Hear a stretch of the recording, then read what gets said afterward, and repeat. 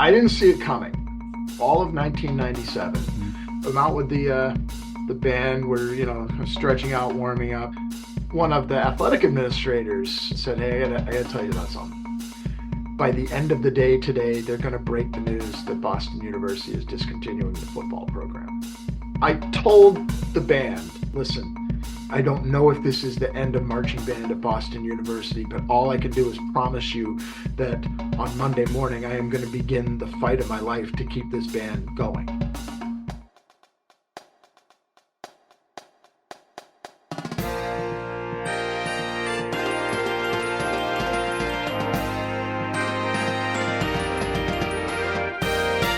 Hello, and welcome to episode 12 of the BandWagon podcast for the week of May 13th, 2024.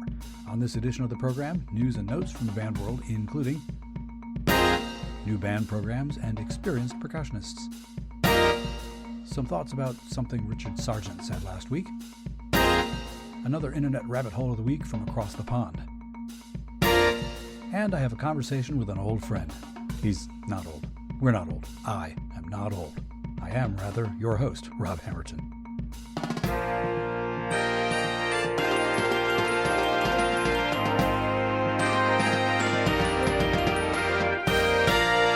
Hello, dear listener. Sorry, I got a little defensive there, but I did meet this week's conversation partner long enough ago that, well, there was no such thing as a band meme. Anyway, this episode is genuinely all over the place, anywhere from silly stories to great heights of music making to very sobering topics. There's something for everybody, I guess. So, okay, let's track down that half-empty bottle of valve oil, and away we go. Let's play the first strain.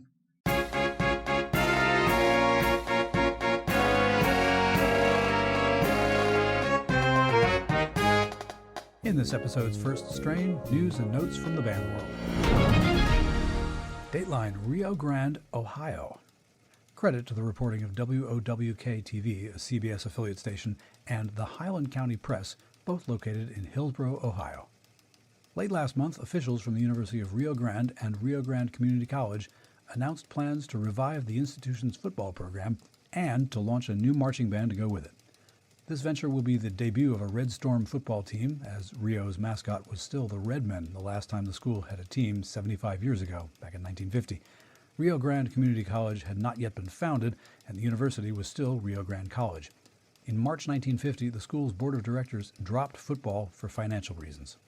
The university plans to begin football competition in fall of 2025 and is currently in negotiations with nearby Jackson County High School in hopes that Rio Grande football can be played at the high school's alumni stadium for at least 2 seasons before a dedicated stadium can be built on the Rio Grande campus. The Red Storm hopes to join the NAIA's Appalachian Athletic Conference. University President Ryan Smith said that an increase in school enrollment led to new investment opportunities. Athletic Director Jeff Lanham said, quote, "This move signifies our commitment to growth and development, enhancing campus life, and fostering deeper community engagement. With football comes the opportunity to unite our stakeholders and amplify school spirit, while the addition of a marching band further enriches the experience." The school will post head football coach and band director positions immediately, with plans to fill both jobs by this summer. Dateline, Indianapolis, Indiana. The Percussive Arts Society has announced its Hall of Fame class of 2024. Nominees include 4-time Grammy Award-winning drummer, composer, producer, author, and educator Terry Lynn Carrington, percussionist, educator, instrument designer, and the founder of Grover Pro Percussion, Neil Grover, percussionist and professor Beverly Johnston, classical and jazz percussionist, educator, and Percussive Arts Society Lifetime Achievement Award winner Jim Peterzak, and Thomas P. Hannum. Thom Hannum's name is probably the most significant of these 5 nominees to listeners of this podcast, at the very least because Hannum is the only truly band-affiliated percussionist amongst them. He is a percussion arranger, instructor, and clinician who taught at the University of Massachusetts for 40 years. He is now Associate Director Emeritus of the Minuteman Marching Band and Senior Advisor for the Boston Crusaders Drum and Bugle Corps. Hannum is known for his work with DCI's Cadets, Star of Indiana, Carolina Crown, and Crossmen, and is a member of the design team for the Tony and Emmy Award-winning show Blast. He's a member of the DCI Hall of Fame and the World Drum Corps Hall of Fame, among other recognitions. A small editorial note here. It would take more time than I've got available in this segment for me to add my own personalized congratulatory thoughts about Thom, And yeah, I call him Thom because, long story short, for most of the last 40 years, it's been my pleasure to say I know him personally, and to say that an awful lot of any success or achievement that I've had in the band arranging sphere can be directly attributed to Thom taking a chance on a then wet behind the ears college band student who thought he might like to get into this arranging thing. Again, story time later. Congratulations now. Meanwhile, back to the Percussive Arts Society story. Their executive director, Joshua Simons, said in a statement, quote, "I'm very excited that PAS will induct these 5 influential members of the percussion community into the PAS Hall of Fame this year. Their passion and dedication for advancing percussion performance and education make each of them an impressive addition to the Hall of Fame, where they will join nearly 150 other percussion luminaries. These nominees will be officially inducted into the Hall of Fame at the Society's International Conference this November." And that's news and notes from the band world for this week. If you have a news item you think should be included in this segment, send me a link via email to heybandwagon@yahoo.com. Time for a quick water break. I hope you'll meet me on the other side of it.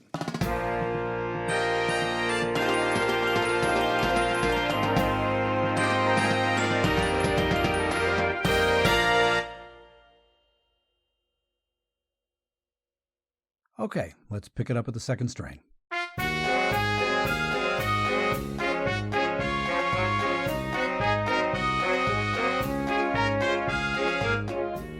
In this week's second strain, a bit of commentary. In last week's trio section, as Richard Sargent and I got to the end of our conversation, he made sort of glancing contact with a topic that quite definitely deserves even more attention than I can give it here in just a few minutes worth of second strain commentary. It's a topic that honestly has been with us for far longer than the most of 7 years since the #MeToo movement kind of blew up. In October of 2017, a lot of people were suddenly inspired to take a long, hard look at how women have been and are treated in entertainment, in lots of areas of society, well, in our society in general, specifically in terms of sexual harassment and abuse. Clearly, here it is, 2024, and we have still not gotten to a satisfying place in terms of dealing with this topic. A few weeks ago, I reported on the end of the legendary Cadets Drum and Bugle Corps organization, an ending that was driven in no small part by the fallout from allegations and litigations surrounding sexual abuse throughout the organization. Again, that's not nearly the only instance of this sort of thing in the band world, but it was the most recent one. Bear with me now. I'm going to back up for a moment, all the way back to fall of 2017. Only a few hours after the very first #MeToo revelations hit news broadcasts and social media on the 16th of October 2017, a good friend of mine, who happens to be a professor at Seton Hall University, not a professor of band, no, but a friend of the arts and education and just basically good behavior, wrote on social media, eloquently, "Me Too isn't just about survivors speaking up. It is about the sheer universality of the experience for women. Every woman you know, every woman you care about. Every woman has experienced either sexual assault or sexual harassment at some time in her life, possibly a lot more than that. We live in a world where this is a universal experience for women, and even if you already knew that in your mind, the gut punch of seeing it everywhere you look in the context of people you love is supposed to be the wake-up call." Unquote. That's exactly what it was, a gut punch, and another, all day on October 16th on social media, post after post. I was not unaware of the problem, I thought, but I, a male person, hadn't taken time to consciously consider that it could be so many people that I knew personally, which means I was unaware of the problem, which means I was some part of the problem. And me writing about how I felt like I'd been punched in the gut was fine, but did it recognize that women who have experienced assault or harassment feel that gut punch over and over? I didn't consciously consider that day, which meant I was another part of the problem. And then I read this tweet from the writer Alexis Benveniste, which I saw not long after I saw my professor friend's post. It said, "Reminder that if a woman didn't post #MeToo, it doesn't mean she wasn't sexually assaulted or harassed. Survivors don't owe you their story." Unquote. Or, as my professor friend continued, "If any woman in your life does not say Me Too, it is not because her life has been free from assault or harassment. It is because she is choosing to not share, or because our society taught her that her experiences don't count because other women have had it worse. Our homes, our social spaces, our public spaces, and our workplaces are dumpster fires of men who think they can objectify, commodify, and own women's bodies without fear of legal, social, or professional consequences. It isn't enough to be the guy who doesn't do that. We have to be the guys who see it and demand that other men change." Unquote. On this podcast, from time to time, the subject of gender roles has arisen, quote-unquote, traditional gender roles in the band world, largely focusing on who can be expected or encouraged to play what instrument, or who can be discouraged to play certain instruments or play certain roles. Do only girls play the flute? Do only boys play the trumpet? Are girls encouraged to play the baritone sax in jazz ensembles, but not really to take up other jazz band roles? And yes, I recognize that of late, gender itself has been re-examined. For purposes of this particular topic in this particular moment, I am recognizing this, but I'm limiting my terminology to boys and girls, male and female, just because, well, it's easier to write and narrate with clarity, which, yes, is lazy, but for the moment, let me beg your forgiveness. From early in the planning stages of this BandWagon podcast, I've been looking forward to organizing a musical gender role roundtable discussion for use in a trio section segment, no doubt, but two things encouraged me to broach the subject now, at least in a limited way. One of those inspirations was Richard Sargent's closing thoughts about life lessons learned in band, specifically, treat people with respect. The second inspiration was actually a set of current events that inspired Richard to make that comment. He said so as we chatted, and while I didn't include that in the final edit of the interview, I did say to him at the time that I planned to pursue that topic. That second inspiration, that set of current events, was the recent dismissal of two members of the New York Philharmonic Orchestra in the wake of investigations of them to do with instances of alleged sexual harassment and abuse involving them. Perhaps you may have heard about this via the social media posts of the professional oboist Katherine Needleman. Needleman has decided to pull no punches in her ongoing social media posts about numerous examples of harassment and abuse of women in the orchestral world, as well as many professional orchestras' history of misogyny in their hiring and promotion procedures and results. There's a lot there, which will absolutely not fit into even a complete 50-minute podcast episode, but at the very least I will include a link in this episode's show notes which will get you to some of Katherine Needleman's writings. They are harrowing, they are impassioned, they are not wrong. Sadly, it rather goes without saying that these problems of the orchestral world have occurred and do still occur in the band world as well. Not to mention my recent observations during conversations I've had with musical colleagues that the large ensemble jazz world may be the last bastion of really obvious male chauvinistic domination, at least as regards the literal ratio of men to women in jazz ensembles, definitely here in the United States at most levels, scholastic to professional, but also internationally. And again, not to cut this short unnecessarily, but this issue is one that is part of the band world, and so needs to be covered as such. I'm still not sure in what form, in the context of this podcast, but I do intend to pay proper attention to it during first and second strains, or in our trio conversation segment, or wherever it makes sense. So here's the call to action. Please do let me know how you think I can do that. In spite of the closing credits things that I say to the effect that any communication you send me I reserve the right to use on the podcast unless you say otherwise, in this case, I'm more than happy to flip that script. I'll only include your thoughts on the podcast if you specifically tell me that I can.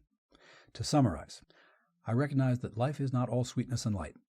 Early this year, I hoped that via this podcast I could build a little band community, and at the time I was thinking of the positive, cheerful, tell me your favorite silly band story side of our activity, and I still am. But the band activity is assuredly not untouched by the hashtag #MeToo topic, and it would be naive, or worse, to blunder onward as if it were. So, as they say, we'll talk. More BandWagon in a moment.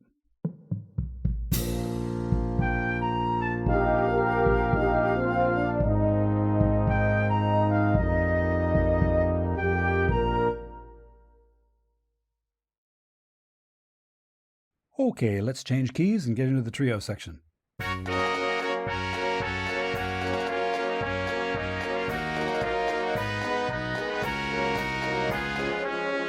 This week in the trio section, hang out of your hats, I think, because my conversation partner is a good friend of mine from a comfortable distance back.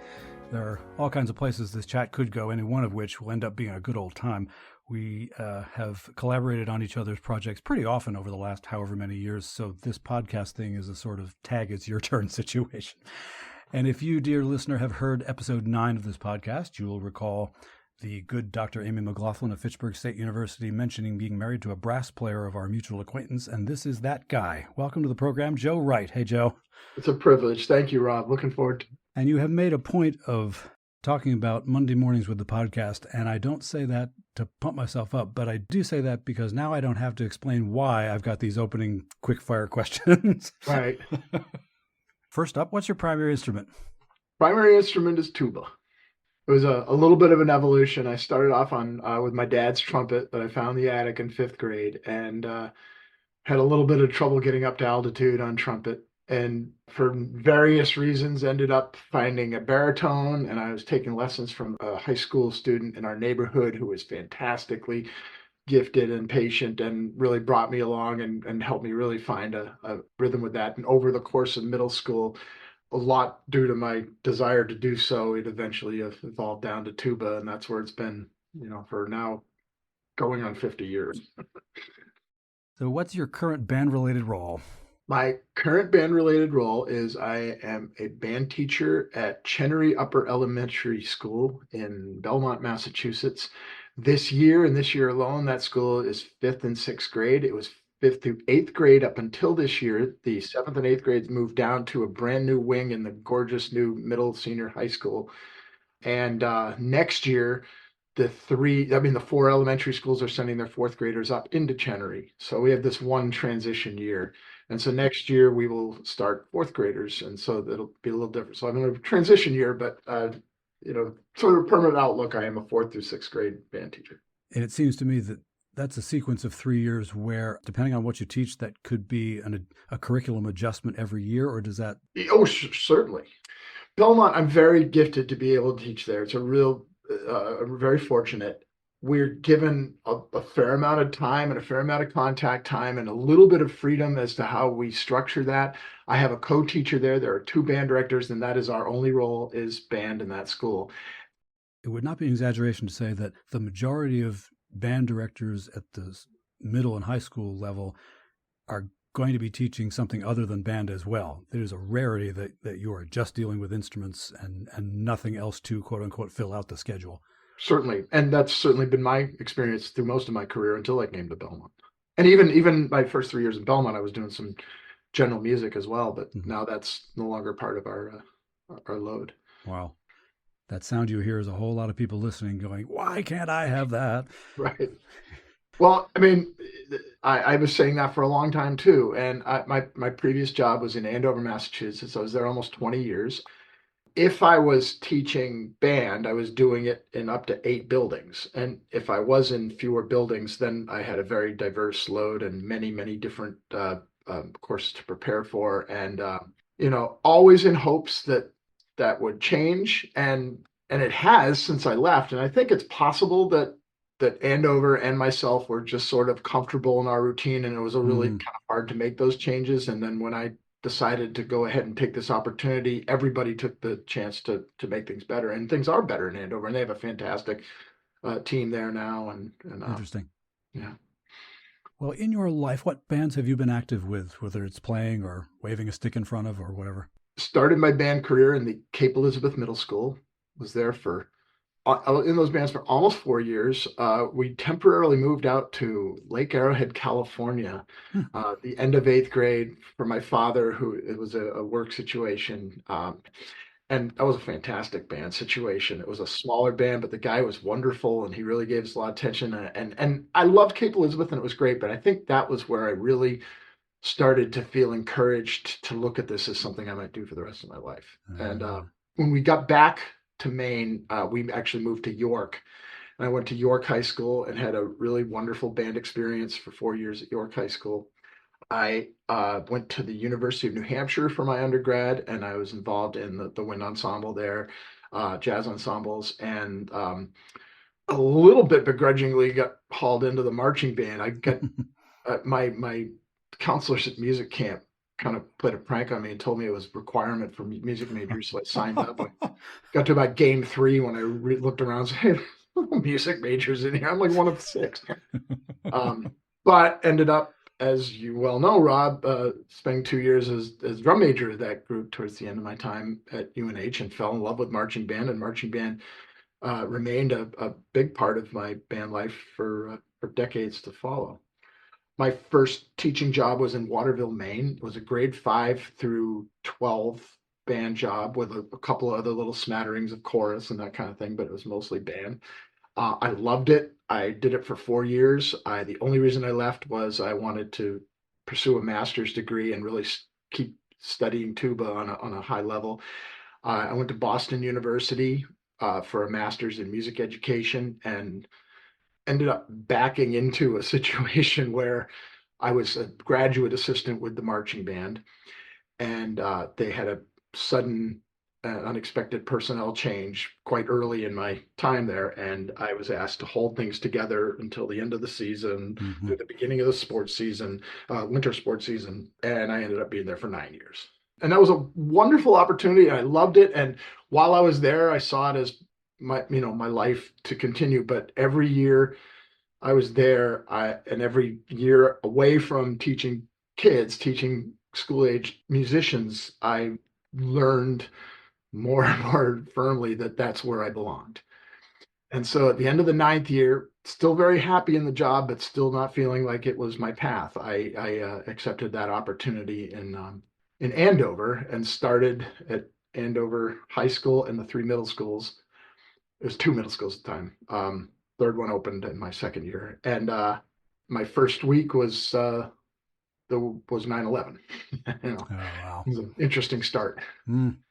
and all that brought, all of the financial situations and everything that we had to weather through, and there was real ups and downs in Andover, and but the community really wanted strong arts and strong music and strong lots of things, and they encouraged us to really do our best to compete with all the other things. It was very much encouraging, and that was um, it was a battle well met, and I enjoyed it. And when COVID hit, I made about 4 dozen changes in my life of various profundity, but not the least of which was a new position, new job, and it was a little bit of a risk. Most of those risks worked out fine, but it was a way more change than anybody would recommend you make at one point. So now I'm in Belmont, and now and I'm very, very happy there. I've just finished my fourth year, or finishing my fourth year, and finishing my 36th year in teaching music. Well, I knew from the get-go that I was going to very selfishly focus at least a part of the conversation about the time at Boston University, at least in part because that's where we met, sorta. And I said that before, and so this is bouncing around in time a little bit. But during your second year as drum major at UNH, I was a drum major at UMass, and our two schools played football. And there was a game where we ended up on the same field at the same time as drum majors of our respective outfits, but I am reasonably sure that we did not actually meet. For whatever reason, we did not send a delegation over, and I have spent a little bit of time wondering what if that had happened. Right. I know I have to. I've tried very hard to construct a memory that's where our friendship began. Because, I have a very clear memory of. I think we went to UMass on the road for both of our away games with UNH, and so even before you were drum major, we were theoretically sharing fields. But yeah, I think if we're both honest, I don't think we ended up on each other's Christmas card list just that. No, no. And long story short, as I was looking for a graduate music education program to be part of, and that is a very long story, which will not be told here. We had a phone conversation where you were trying to figure out who the heck I was, Yeah, and it became clear, oh, our lives did intersect there, sort of. right. So I'm going to apologize to our listenership, but I'm doing a little bit of time travel here, bouncing back and forth between the BU years that Joe and I shared. I want to bounce forward to, I'm going to guess it was summer of 2001, and we went out to lunch, probably because we hadn't in a while, and you dropped a little bombshell on me that said, well, I'm moving on from BU. And for a split second, I thought, well, that's an earthquake. But the longer we had a conversation, the more sense it made to me. Yeah. Well, it was a hard decision to make. It's really hard to justify to myself that, it's not that I was on a bad trajectory. It's not that things weren't going well. It wasn't even that I was unhappy, but as my role at BU developed, I was spending more time with future music teachers. I was teaching classes in secondary methods, in literature materials. I was bringing folks out to observe classes. I was going out to observe student teachers. And the more I did that, the more I had a hard time picturing that I was never coming back to this world. My successor at Boston University was already poised to take over the athletic bands that year, the fall of 2001. And I was going to be moving on to different roles within that, but I'm still going to do the concert band, still teach my classes. And it might even have started to look like I was getting pushed into more of an administrative track. And I think that on a real level sort of frightened me and felt like I was being pushed off of my off of my path, off of my destiny. The way you put it was, as we were sitting over food and chatting, was with every year, the proportion of administration to actual musicians that I'm in front of is starting to swerve in the direction of administration. Right. And then I was spending less time making music with students. Mm-hmm. And it just didn't feel like that's what I was supposed to be doing. And there again, I think that I think BU and I were very comfortable with each other, but I think it's also possible that was slowing down the progression and growth of the program. And the music ed program and the bands program both flourished when I left. And I hope it's not because I left, but I think that probably sped things up a little bit. And and that's happened everywhere I've moved on from, and I've never moved on from something without loving what I was leaving, which again is extremely fortunate. Not everybody has that. So my Wayback Machine can hop back to, yes, perhaps even very close into the moment where I sashayed in your office. I don't sashay anywhere, but and sat down and a couple of folks in the meanwhile have asked me, what was it like to go and know you're going to work for somebody who you graduated college at the same time as? And I always say, okay, so Joe knew what he wanted to do with his life 10 years before I did. And Joe had all kinds of experience that I was going to learn a lot from. And not all that learning was in the official course syllabus, but it was the spoiler at the end, it was great. I spent 3 years in a program which was in good shape and was poised to get better. That was very early in your time there.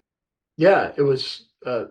You started the fall of '95, was it? That's correct. And that was the beginning of my 4th year, but only my 2nd year as permanent full time. I had the hold it together year. I had the interim while we do a search year, and then I had we didn't really do a very good search, so you can hang on to it. And I guess we're not going to look.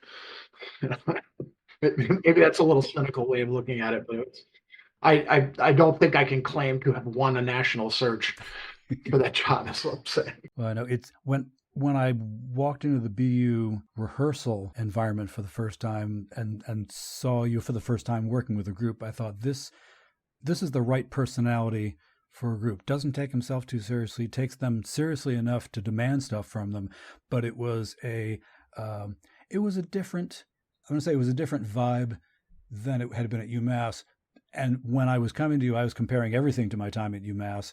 And one of the things that I learned was that there are other ways to do it than my first experience of what a great band program is, and they still work. Yeah. And they work for that environment and for that group of people, and that's okay. That probably set me up for success in my own first band directing, music program directing environment better than had I just done the one thing and taken that with me. It quite honestly opened my eyes to, there is a different way of approaching this, and it ain't wrong. Right. And the way that I learned isn't wrong either, but it might not be a great way for this particular group. It was an eye opener, and I was always appreciative of that. Well, I'll always be grateful that you did that.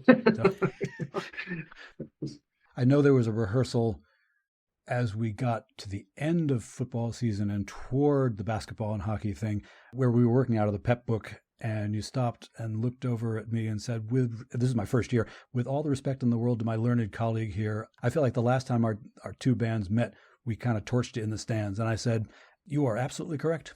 Yeah, right.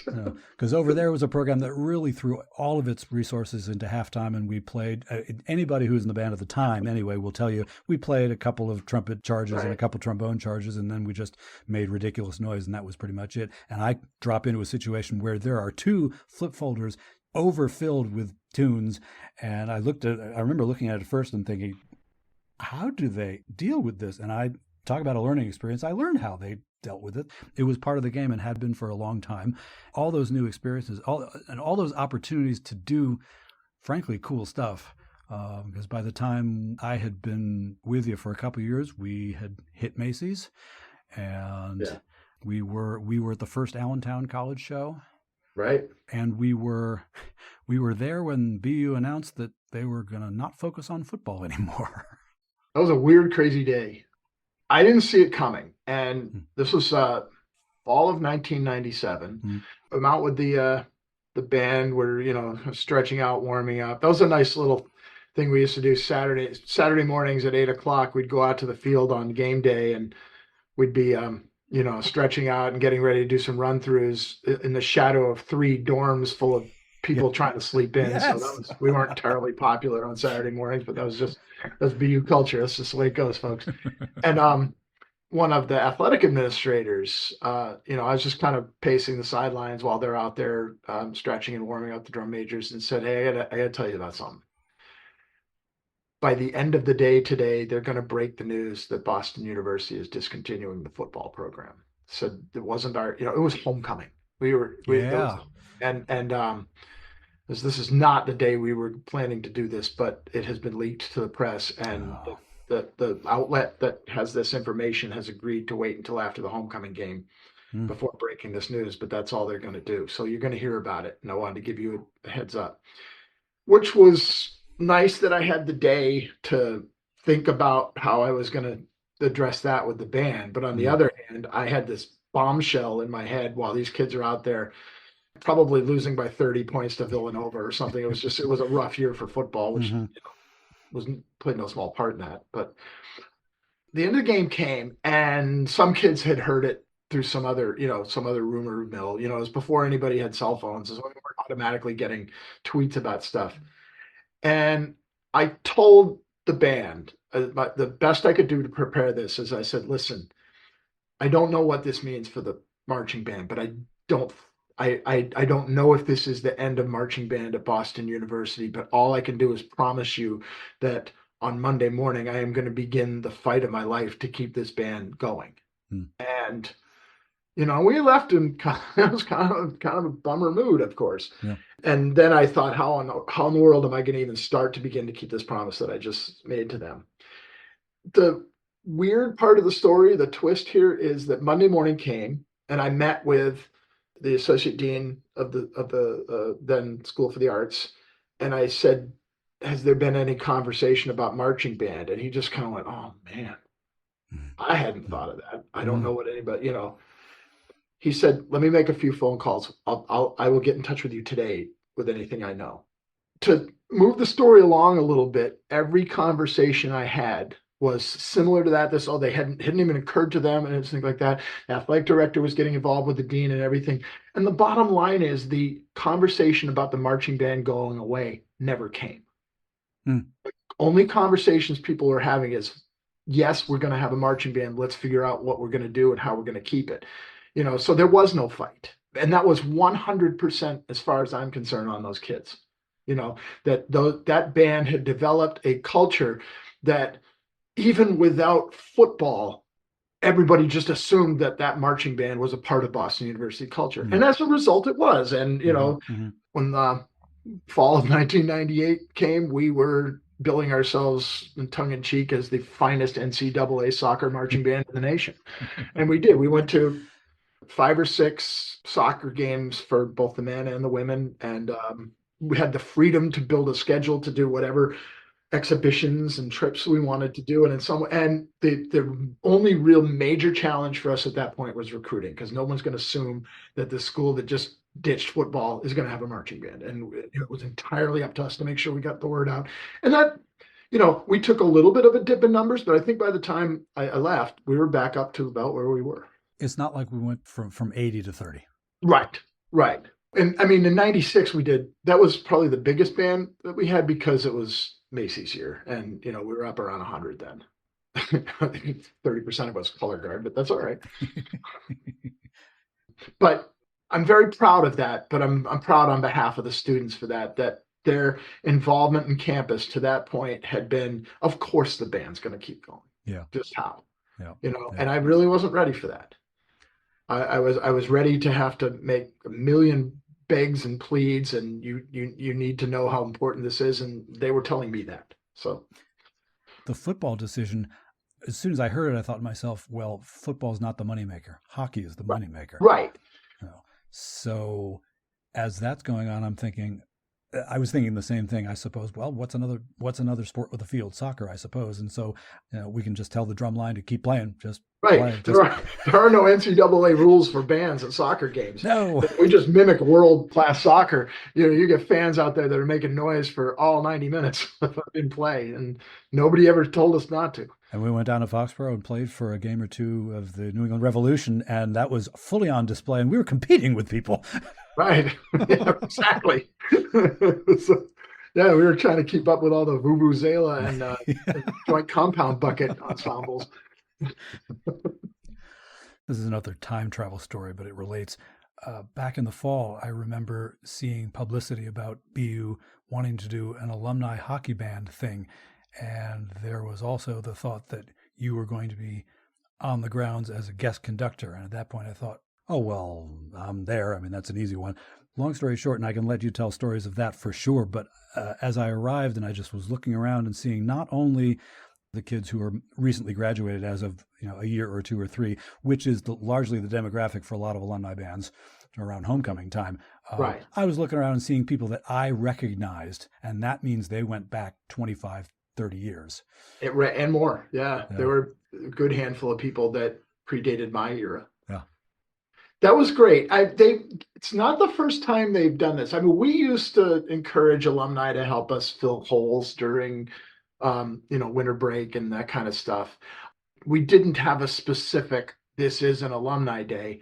The current director, Aaron Goldberg, started doing a strictly alumni band, but he would just direct it. And I think a combination of his suddenly not being available for this year's, and you know what, maybe we should see if we can get Joe Wright to do it, and maybe that's a good thing to do anyway, or I'm not exactly sure, but so they talked to me in the fall, and I was pretty nervous. I was, it's a different protocol, and but I had lots and lots of support, and it was really great, and you were there. I think it worked very well. In fact, as you recall, the public address system was broken, and so we had to cope with trying to deal with that without any aid from the speakers overhead and everything like that. But it worked. It was a lot of fun, and I hope at the very least that I'll throw on a shirt and grab a horn and go next year. That day particularly, I remember thinking the universe just lined up. As soon as I heard that the PA system was down and that the band was going to end up playing a lot more than just once every 6 timeouts or whatever, I thought, this can't be a mistake.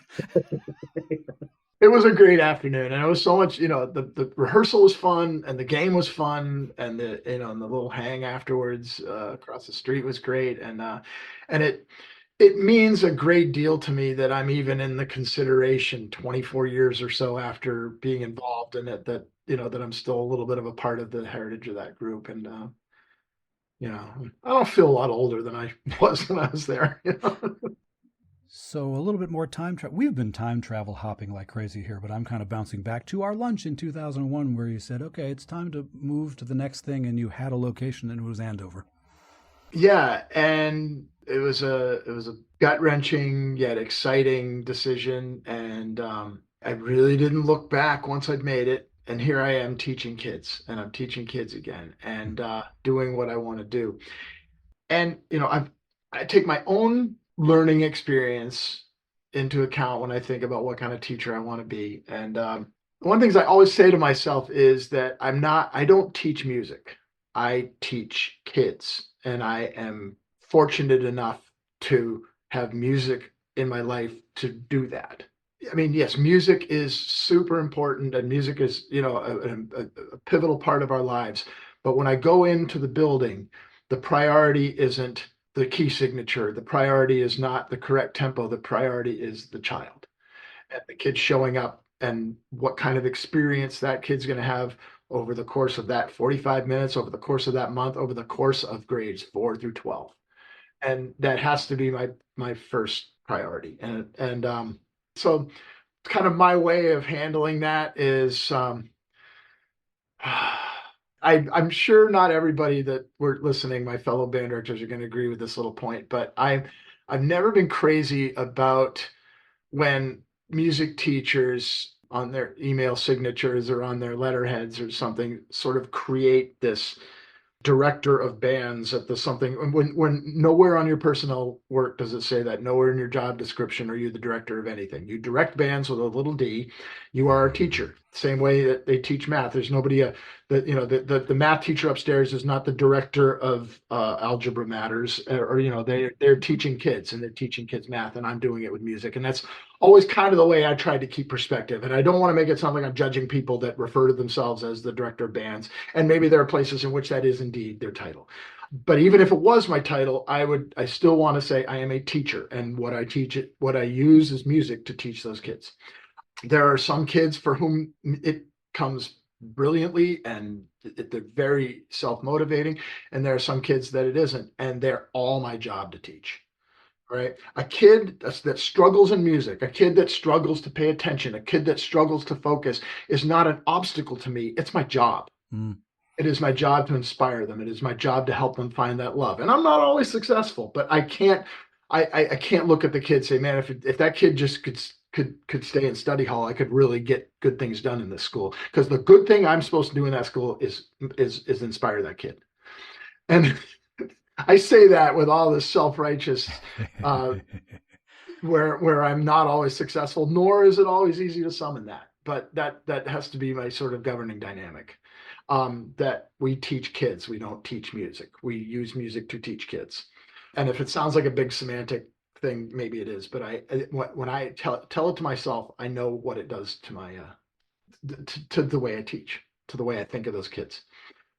One really cool aspect of my career, which I think is pretty unique, that because I taught school band, and because during my first year at Boston University, I was also teaching part-time in Chelsea grades pre-K through second grade classroom music, that in the fall of 2013 in Andover, when I was asked to teach third grade recorders, that completed my span of teaching to every single grade from pre-kindergarten through people pursuing graduate degrees.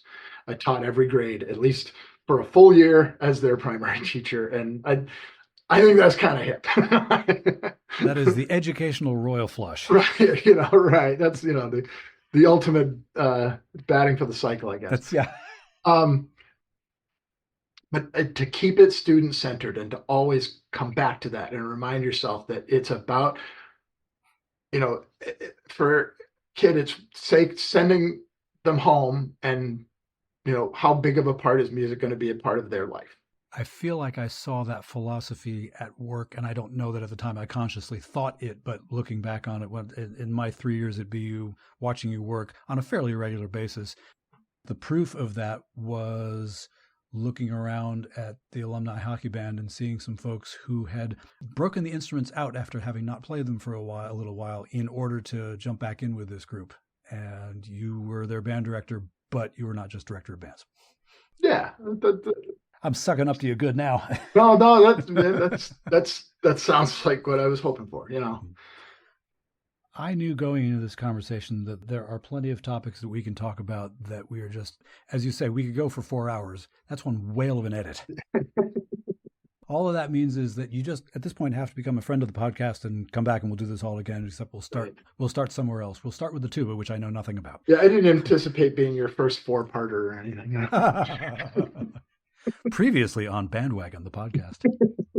But before we do finish up here, I can take an opportunity to do my now usual, less resume-oriented bullet point questions.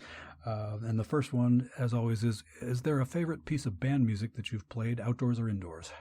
If I think about it, I look back at what I've done, what I've played, what I've programmed, what I've conducted, I have done multiple performances of Daniel Buchwicz's Agincourt hymn, which may be entirely unknown to a lot of the people in this. Daniel Buchwicz is a very gifted composer. He's had a couple of, you know, commercially successful pieces out there. You might be familiar with Voodoo. You might be familiar with his Symphony No. 1 for Dresden, Germany. And this Agincourt hymn, it's almost 20 minutes long. It's complicated. There are staging aspects of it. And I just fell in love with it the first time I heard it, which was when the UNH Wind Ensemble did it while I wasn't playing in it, while I was student teaching. And the first opportunity that I thought I had a band that could pull it off, I did it, and that was at BU. I did it twice in Andover on with the concert band, and then arranged it for. I did a truncated version of it on the field. Mm. I wasn't even the director. It was my idea, and I was still writing for the band at the time, and when we did that, and so if I've done this piece 4 times and I'm thinking about it a lot, I really have to. That is a very likely answer to that question. The flip side of that, what's a piece of band music that you haven't played but you'd like to? The first one that pops to mind is Karel Husa's Music for Prague. And I've never, my only relationship with that piece, except for having heard it performed, is studying it during grad school. And I've just never had the opportunity. It's a very challenging piece, and it takes a special kind of band to do it. And, it was kind of past my days where I'm playing in bands like that for the most part. But it's a remarkable piece of music, and I would imagine that it's quite an experience to be on stage in the middle of the group for. Talking of wish lists, is there a band that you would like to perform with that you have never, because you're either the right age, not the right age, or you're not in the right place or in the right time? My life with my wife has brought me into the world of bagpipes and the pipe band, and I have been playing bass drum in a pipe band with her, and I love doing that. And I played tenor drum in a pipe band in Vermont, and we went to Scotland, and I've fallen in love with Inverary and district pipes and drums. They're several times world champions. They are so musical and so wonderful. And I would just, if anything ever were to befall that bass drum player, I think I could run right out and do my best to fill in for it. I think that'd be a lot of fun. Have you got a favorite band story that you would like to tell? This will kind of bring it back to sort of my focus as my why as a teacher. In the fall of 2013, I stepped back from directing high school band. We get new staffing in Andover, and at the time there was just one band, one orchestra, and one chorus teacher for the middle schools and the high schools. And they were adding a full-time position to each discipline. So it was going to be an opportunity to bring the band down to start in the 4th grade. Not unlike the kind of deliberations I went through at the end of my time at BU about what my right course of action would be. I said, how about if I take the younger job and we search for a new high school director? And everyone thought I was nuts.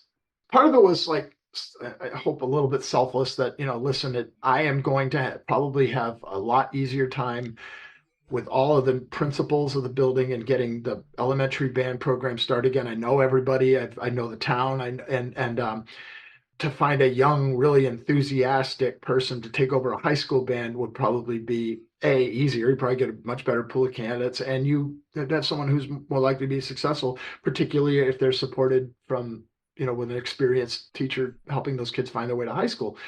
But selfishly, it was also happened to be the year that my son entered 6th grade.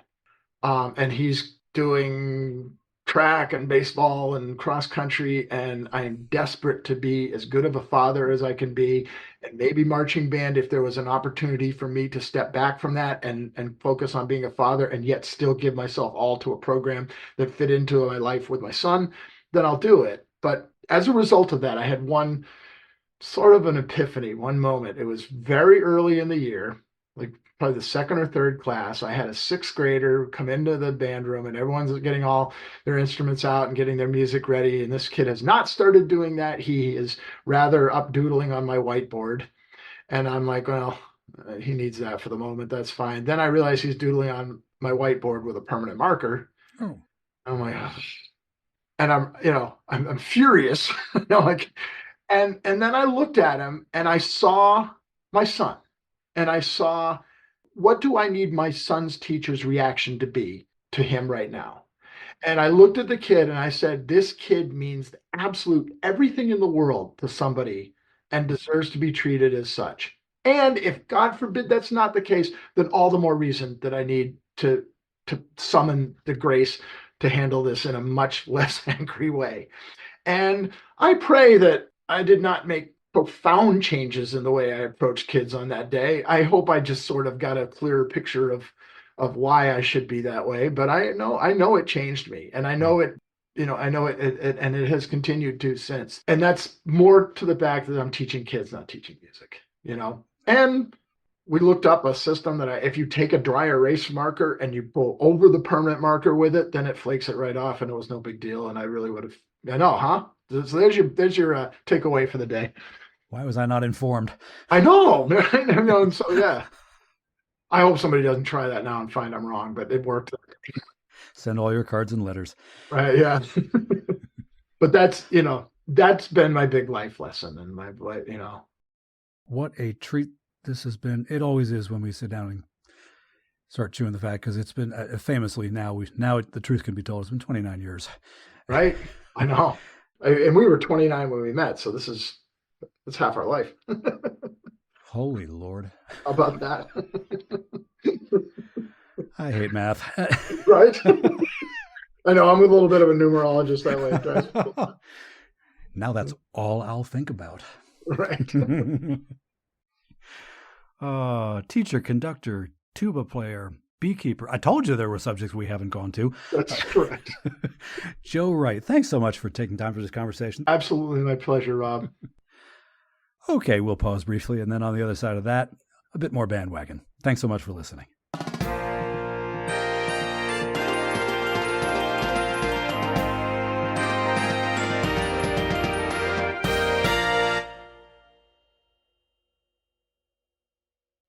Here comes the dogfight.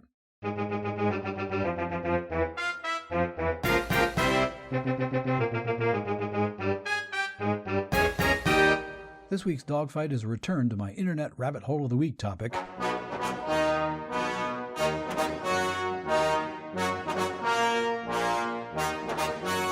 And this week we travel transatlantic to spotlight an ensemble of a sort that I foreshadowed a bit last week with my mention of the brass band tradition in England.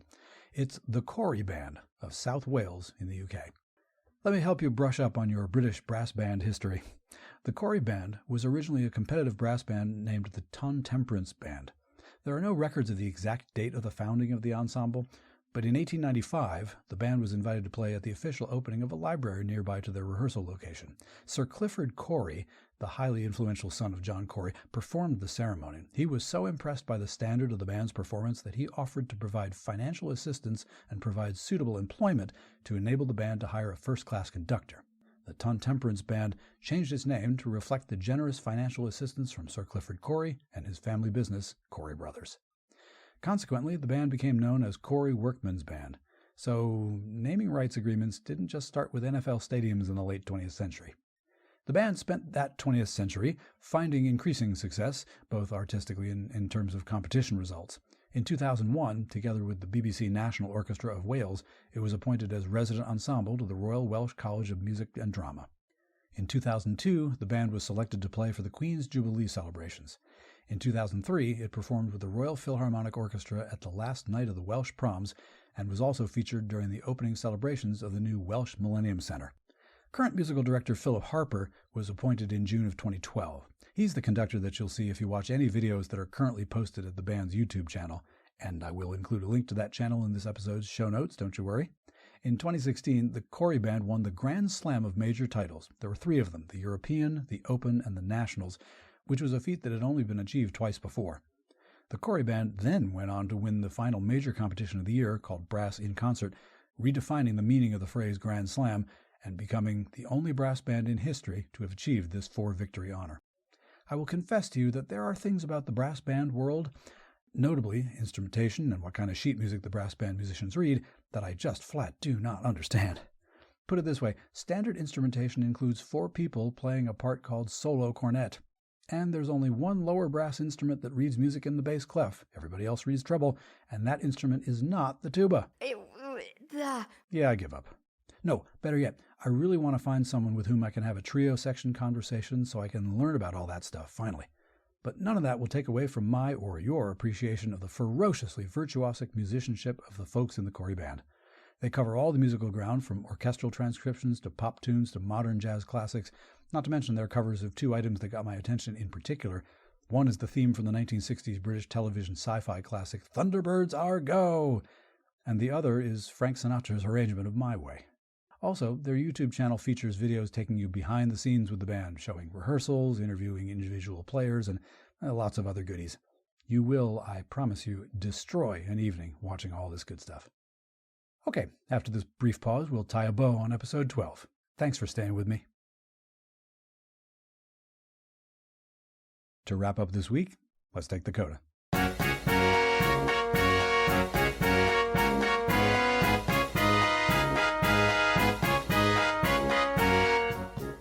For the coda this week, surely there are commencement band tales out there waiting to be told. A few episodes ago, I tossed out a conversation topic, which was this. Got any great stories from your band experience that have to do with graduation or commencement band or high school or college senior recognitions or the equivalent? Because it's that time of year. Right now, I happen to have a nephew and a niece who are those high school and college senior people, respectively, and this month I have attended and will attend many final concerts, presentations, awards, ceremonies, and the like. So I guess maybe I'm especially conscious of all that. But it did get me remembering going back to letter B of Pomp and Circumstance approximately 100 times, and rehearsing a college commencement band, and being a senior a couple times myself. Again, surely you've got those memories too. And again, if you want to tell those stories, I want to hear them, and maybe put them together in a little bouquet in a week or two. So, in mere split seconds, you can find out how to tell those stories.